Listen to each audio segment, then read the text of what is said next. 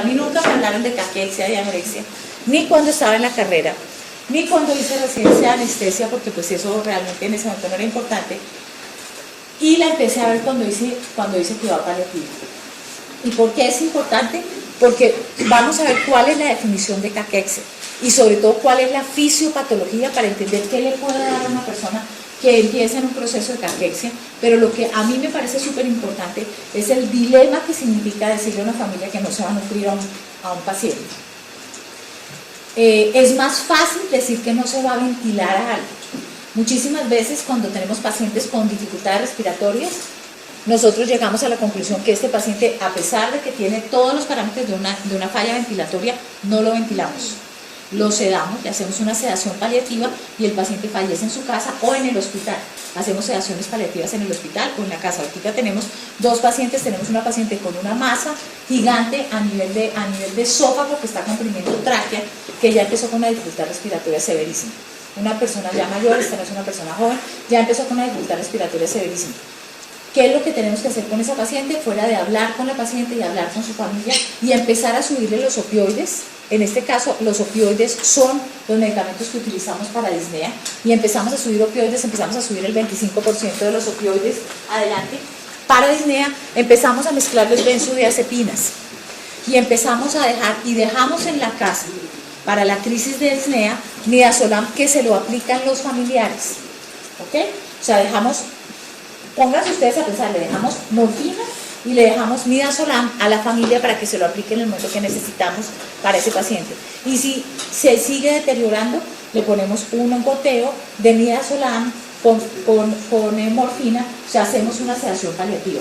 Recuerden, y esta es otra cosa súper importante, ¿cuál es la indicación de una sedación paliativa? Así como cuál es la indicación del antibiótico, cuál es la indicación del anticonvulsivante, ¿cuál es la indicación de una sedación paliativa?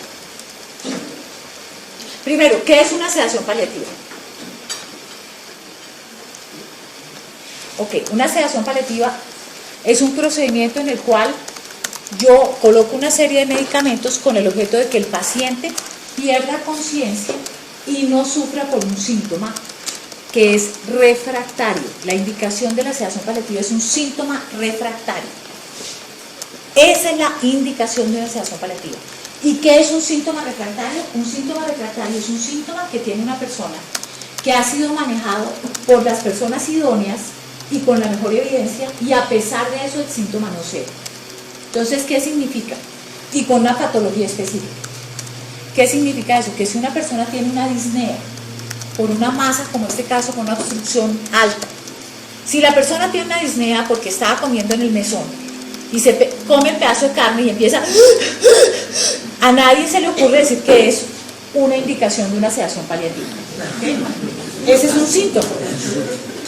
Es un síntoma refractario si nadie le hace nada. ¿Listo? Pero ese síntoma no está haciendo, o sea, ese síntoma es por una causa diferente y esto no indicaría una sedación paliativa. ¿Listo? Un paciente asmático que llega con una dificultad respiratoria, no le vamos a dar una sedación paliativa, no le vamos a poner una sedación paliativa porque el manejo para ese paciente es otro. Un paciente con un CA de pulmón, un paciente con un CA de ovario que tenga una ascitis gigante que le haga un proceso restrictivo, un paciente que tenga un CA o de pulmón o que tenga un CA de tráquea, esófago, etcétera, y que ya se haya venido manejando esa disnea, que se haya manejado por personas expertas, con la evidencia que hay, y no veamos que esto mejore y va deteriorando cada vez más, y la frecuencia respiratoria, los tirajes, la saturación, la cianosis, todo va incrementando, tenemos la posibilidad de proponer una sedación paliativa. ¿Ok? Entonces, la indicación de una sedación paliativa es un síntoma refractario. Sedación paliativa no es eutanasia. ¿Utilizamos los mismos medicamentos? Sí, podríamos utilizar los mismos medicamentos. La diferencia entre sedación paliativa y eutanasia es la intención. Ustedes cuando aplican una eutanasia, ustedes buscan que el paciente fallezca. La intención es que el paciente fallezca. En una sedación paliativa la intención no es que el paciente fallezca. La intención es que el paciente no sufra, que pierda conciencia para que sea su misma enfermedad la que lo lleve a deteriorarse. ¿Ok? Podemos hacer sedaciones paliativas intermitentes. Si necesitamos que el paciente, si viene el hijo en 3 días, y la paciente dice, bueno, listo, cédenme, pero yo me quiero despedir de mi hijo. ¿Listo? Cuadramos la dosis, la sedamos intermitente para que logre estar un poquito más alerta y se descuida del hígado. Entonces nuestra intención no es que fallezca. Entre los medicamentos que a veces se utilizan en los protocolos de eutanasia es potasio o relajantes musculares. Nosotros no ponemos en una sedación paliativa un relajante muscular porque no nos interesa que el paciente deje de respirar. ¿Ok? Entonces ponemos benzodiazepinas, ponemos opioides que también se pueden poner en eutanasia, pero la intención es diferente. Y es importante que ustedes lo entiendan porque a veces las personas dicen, un momentico, pero es que lo van a dejar sufrir ahí, pues háganlo una eutanasia si lo van a dejar sufrir ahí. ¿Sí me entienden? Nosotros podemos hacer una sedación paliativa. Ahorita les cuento 2 casos de pacientes que no solicitaron eutanasia. Después de que hablamos con ellos, dijeron, no, háganos una sedación paliativa si eso es lo que se puede hacer, si eso está dentro de la ley, dentro de los marcos legales, etc. La sedación paliativa es una indicación médica, ustedes la prescriben. ¿Ok? Entonces, sedación paliativa es un procedimiento que no busca que el paciente fallezca, sino que el paciente pierda conciencia para que no tenga un síntoma que le genera sufrimiento. Se indica cuando hay un síntoma refractario y es una prescripción médica. O sea, usted es el que llega y dice este paciente, nosotros en la Junta Médica que tenemos 15, nos reunimos todas las semanas con los 15 médicos de atención domiciliaria, empezamos a pensar de qué se va a morir este paciente y empezamos a decir, este paciente nos va a hacer una falla ventilatoria, este paciente tenemos que estar listos para una sedación paliativa. No es que el paciente no la pida, es que nosotros la indicamos. La eutanasia es una solicitud del paciente. Entonces hay una diferencia también grande. La eutanasia es una solicitud que el paciente le dice a ustedes como médico, yo no quiero vivir más, por favor doctor, ayúdeme a que esto se termine. ¿Listo? La sedación paliativa, ustedes la prescriben, ustedes son los que la proponen, ustedes se la proponen a la familia. Entonces ven que hay unas diferencias grandes, ¿ok? Entonces hay unas diferencias muy, muy grandes. Teniendo eso en cuenta, ¿cuáles son los síntomas que más hacen que prescribamos sedación paliativa? ¿Qué se les ocurre? Disnea, y por eso les digo, un paciente con una ELA, ustedes saben en qué va a fallecer el paciente con la ELA. Y entonces empezamos ahora, perdón que interrumpa el pensamiento. Ustedes nunca, la primera vez que ven a alguien, le dicen, ¿cómo está? Uy, usted está retirando muy mal, ¿sabe qué? Le voy a hablar, vamos a hacer una sedación paliativa. Esto implica que ustedes conozcan al paciente, conozcan la familia y hayan tenido un par de comunicaciones con ellos, etcétera, se hayan hablado, los hayan manejado, porque hablarle a alguien de sedación paliativa requiere que haya una relación médico-paciente que se haya establecido. ¿Listo? O sea, en urgencias ustedes no le dicen a nadie, uy, miren, este ya está con saturación de no sé cuánto, le vamos a hacer sedación paliativa. ¿Listo? Entonces, pero es posible que en los pisos sí encuentren a alguien con goteos de sedación paliativa que los paliativistas están colocando. Entonces, los síntomas más frecuentes de sedación paliativa, ¿cuáles serían? Dolor, disnea, convulsiones, y el otro que lo vemos con bastante frecuencia es delirio. Delirio con bastante frecuencia, pero los más frecuentes son dolor y convulsiones. ¿Por qué hemorragia no? Digo, uy, ¿por qué una hemorragia no? Si eso ya lo hablamos en la clase pasada. ¿Por qué hemorragia no? Generalmente casi nunca ponemos una sedación para que la hemorragia severa, franca. Fisiología, presión de perfusión cerebral es ¿qué? Presión arterial media menos presión intracraneal. ¿Listo? Si a mí se me cae la presión arterial media, que es lo que se me cae en una hemorragia, se me cae mi presión de perfusión cerebral, por lo tanto me va a quedar dormido. Eso es fisiología. Entonces una hemorragia severa no necesito sedar a nadie porque el paciente se empieza a quedar dormido, se seda solo. ¿Listo? Entonces por eso no es frecuente que tengamos una hemorragia que colocar una sedación paliativa. Es pura fisiología. ¿Listo? Entonces las causas más frecuentes son esas. Las causas más frecuentes y entonces, ¿por qué hablamos de caquexia y nos fuimos a sedación paliativa? Porque hay dilemas éticos que tenemos que empezar a hablar con las familias y es no lo vamos a ventilar. Un paciente con una ELA, empezamos a hablar con él y empezamos a decirle, bueno, llega un momento en que la dificultad respiratoria es tan severa que vamos a tener o que intubarlo y tenerlo conectado a un ventilador o algo por el estilo, o sedarlo y que usted vaya falleciendo. ¿Qué prefiere? ¿Cuál de las dos decide? Después de un proceso, y es una conversación, nosotros lo proponemos, pero es una conversación con la familia. Cuando estamos hablando de no nutrir a alguien, es tal vez la conversación más difícil. decirle a alguien cuando las personas empiezan a perder la vía oral, lo que nosotros haríamos sería póngale una sondita y aliméntelo por la sonda, o hágale una gastrostomía o póngale una hiperalimentación parenteral. Esas son como nuestras tres opciones. ¿Cómo lo va a dejar así? Si es una persona aguda, con un trauma o algo por el estilo, usted lo hace. Si es un paciente crónico que va a terminar generando un deterioro mayor, así les parezca extraño, va a ser una conducta que puede no ser pertinente y no estar adecuada.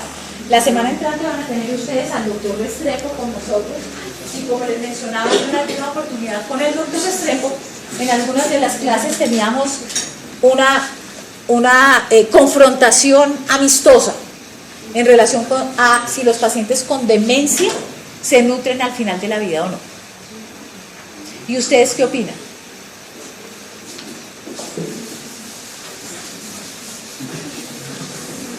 ¿Un paciente con demencia lo nutrimos al final de la vida, señora? ¿De qué muere un paciente con demencia? Exactamente, esa es la pregunta. Esa es una pregunta que nos hacemos con frecuencia. ¿De qué va a fallecer esta persona? ¿De qué muere un paciente con demencia?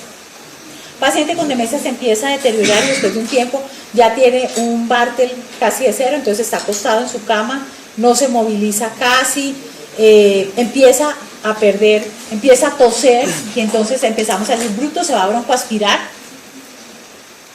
¿De qué muere un paciente con demencia? ¿Y qué hacemos cuando empieza a toser y pensamos que se va a broncoaspirar? ¿Cuáles son las causas grandes de fallecimiento de un paciente con demencia? ¿De qué se muere? ¿De qué se muere un anciano frágil? Acostado en infección es una de las causas más frecuentes. El paciente hace infecciones urinarias o infecciones respiratorias. ¿Okay? Si no comen, empiezan a hacer todo el deterioro que vamos a ver ahorita. Si comen poco y no toman suficiente líquido, el desequilibrio hidroelectrolítico, entonces empiezan a tener todo tipo de arritmias, estas cosas. Pero esas son las causas como grandes. Generalmente la causa más grande es infección y terminan perdiendo vía oral, y cuando pierden la vía oral, pues empiezan todo este proceso. ¿Señor? Sí. ¿Qué hacemos con ese paciente que empieza a toser? Y que nosotros decimos, adulto está tosiendo porque su reflejo no está bien, se va a broncoaspirar. Entonces, ¿qué le hago al paciente que se va a broncoaspirar? Si es otro paciente, normalmente lo que yo le digo es nada vía oral y busco otra forma de reemplazarle toda esa cantidad de nutrientes que debe tener. ¿Qué logran ustedes con esto? Prolongar un tiempo más la vida de una persona, que si ustedes no le hacen eso, la enfermedad hubiese llevado a que falleciera en poco tiempo. Entonces eso en últimas puede convertirse en un ensañamiento terapéutico, en que nosotros nos ensañamos a que esa persona siga viviendo y nutrimos a una persona que normalmente su evolución de la enfermedad la hubiera llevado a fallecer, porque así es como mueren muchos de los pacientes con demencia, porque dejan de comer. Pero siéntense a hablar con la familia para saber si se acepta o no se acepta que no se nutra ese paciente. Entonces aquí viene todo lo de caquexia y vamos a ver si al final de la clase tenemos elementos para poder decir, yo tendría cómo hablar con la familia. Ok, esta fue una charla que revisamos con algunos de los estudiantes y por eso les dejo los nombres porque me parece importante darles el crédito. Ok, en lo que es alimentación, el aporte y la demanda es lo que hace que la persona permanezca en un balance, o en un balance como este, que es un balance de sobrepeso, o en un balance de desnutrición, o en un balance de un peso normal. Si el aporte y la demanda varían, va a hacer que esta balanza se incline hacia un lado o hacia el otro. Entonces es un juego de aporte y demanda, ¿no? Lo que va a funcionar acá. ¿Qué es la caquexia? Y esto es muy importante porque miren la definición de caquexia, porque las fotos que estamos acostumbrados a ver de caquexia son las fotos que vamos a ver al final de la sesión. Pero miren que la caquexia es un estado metabólico complejo con una pérdida de peso progresiva y la depresión de reservas de tejido adiposo y músculo estriado del hueso. Y puede ser detectada por una pérdida de peso involuntaria mayor al 5% en 6 meses. Una persona que pesa 60 kilos, ¿cuánto es el 5%? 3 kilos. Si una persona que pesa 60 kilos en forma involuntaria pierde 3 kilos, ¿ustedes van a decir que es caquéctica si pasa de 60 a 57? Pues no. O yo no diría que está en caquexia. Una persona que pasa de 60 kilos a 57, yo no diría que está caquética. Lo que tenemos es que ver qué patología tiene esa persona. Si es en forma involuntaria y si empieza a tener una pérdida de peso de esto, empezamos a pensar que entró en todo el proceso de caquexia. ¿ok? En todo este proceso. Entonces, no es que la persona en ese momento con esta pérdida esté caquética, pero es una persona, y por eso ustedes, yo no sé si les pasa lo mismo que termina pasándonos a nosotros, que se encuentra uno con alguien que lo ve uno que ha perdido mucho peso y empieza a abrir y que no se siente bien, entonces uno dice, ups, algo no está funcionando bien, ¿qué será lo que tiene? ¿Ok? Entonces miren que empezamos a entrar en un síndrome de caquexia cuando tenemos una pérdida involuntaria mayor del 5% en un paciente que tiene una enfermedad crónica. La persona que está haciendo dieta y pierde el 5% en 6 meses, pues podríamos aconsejarle otra dieta un poquito más eficiente. Pero en este caso es una persona con una patología crónica que empieza a perder. Y esto no es solo cáncer, como ya veremos más adelante. Y lo más interesante de todo para mí es la frase que sigue. Es una consecuencia clínica de una respuesta inflamatoria sistemática crónica. O sea, si ustedes van a ver, y esto es lo más interesante, la mayoría de las patologías crónicas las estamos asociando a unos procesos inflamatorios. O sea, la mayoría de las patologías crónicas, desde el Alzheimer, ya hay una cantidad de teorías que el Alzheimer es una patología inflamatoria. El cáncer de base, hay muchos estudios serios que hablan de patologías inflamatorias. Y lo interesante de todo esto, y ahí es donde la medicina preventiva encaja, es que ¿qué es lo más antiinflamatorio que podríamos prescribir ustedes y yo y que no prescribimos? Una buena alimentación y ejercicio. Es lo más antiinflamatorio que podría existir. O sea, en vez de estar, son mucho más inflamatorios las verduras que los Alzheimer. Entonces, toda esta medicina preventiva que trata de evitar enfermedades crónicas y que habla de estilos de vida saludables, está perfectamente de la mano con lo que están empezando a encontrar en la causa de las patologías crónicas. Las patologías crónicas en su gran mayoría tienen una base inflamatoria. Y por eso la prevención de las patologías crónicas, cuando hablan de estilos de vida saludables en que hablan de nutrición y ejercicio, van de la mano con prevenir estas enfermedades crónicas porque son antiinflamatorios. ¿Ok? Entonces eso es súper interesante. Y vamos a ver que esto es consecuencia de una respuesta inflamatoria muy, muy severa. Miren esto. ¿Qué pasa con el aporte y la demanda? Cuando una persona disminuye la ingesta de comidas y disminuye y están invertidas las figuras, discúlpenme ustedes, ¿qué pasa en estos procesos? Si se disminuye la ingesta de comida, se disminuyen las reservas energéticas y se aumenta la tasa metabólica basal y se aumentan las necesidades a expensas del tumor, la persona empieza a tener un incremento y empieza, por un lado, aquí baja el aporte y por el otro lado aumenta la demanda. Entonces, cuando yo tengo, y por favor pónganme atención, no copien, yo se los mando. Cuando yo tengo un círculo, tenía que tener un balance entre aporte y demanda. Cuando mi aporte cae y mi demanda sube, yo entro en un círculo vicioso que no puedo salir. ¿Listo? Y eso es lo que pasa en la caquexia y anorexia y lo vamos a ir viendo. Mi aporte cae porque yo entro en un proceso de anorexia. Entonces, no como. Mi aporte generalmente es la alimentación. Entonces, yo empiezo a hacer, y ya vamos a ver cómo es que hago anorexia. Entonces, mi aporte cae porque dejo de comer. Y mi demanda sube, ya vamos a ver por qué mi demanda sube, porque me vuelvo hipermetabólico. Entonces termino en un catabolismo total. No recibo aporte y estoy teniendo una demanda gigante.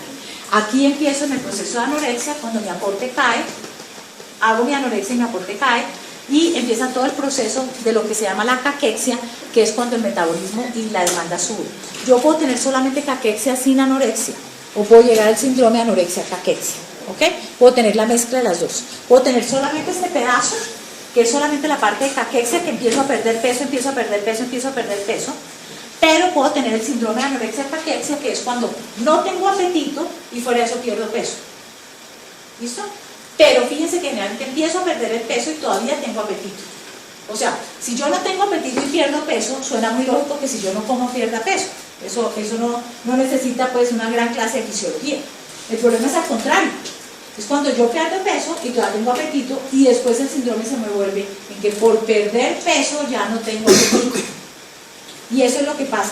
Aquí es al contrario. Ven que se los vuelvo a decir porque veo unas caras. Si yo pierdo apetito, voy a perder peso. Eso no tiene problema. Eso lo sabemos todos. Aquí en el síndrome de caquexia anorexia es diferente. Yo empiezo a perder peso. Y vamos a verlo ahorita. El perder peso hace una disregulación de mi centro del apetito y todo eso, y hace que yo no tenga apetito. O sea, es el perder peso lo que hace que yo no tenga apetito. Y ahí es cuando se vuelve un círculo vicioso. ¿Listo? Entonces es al contrario.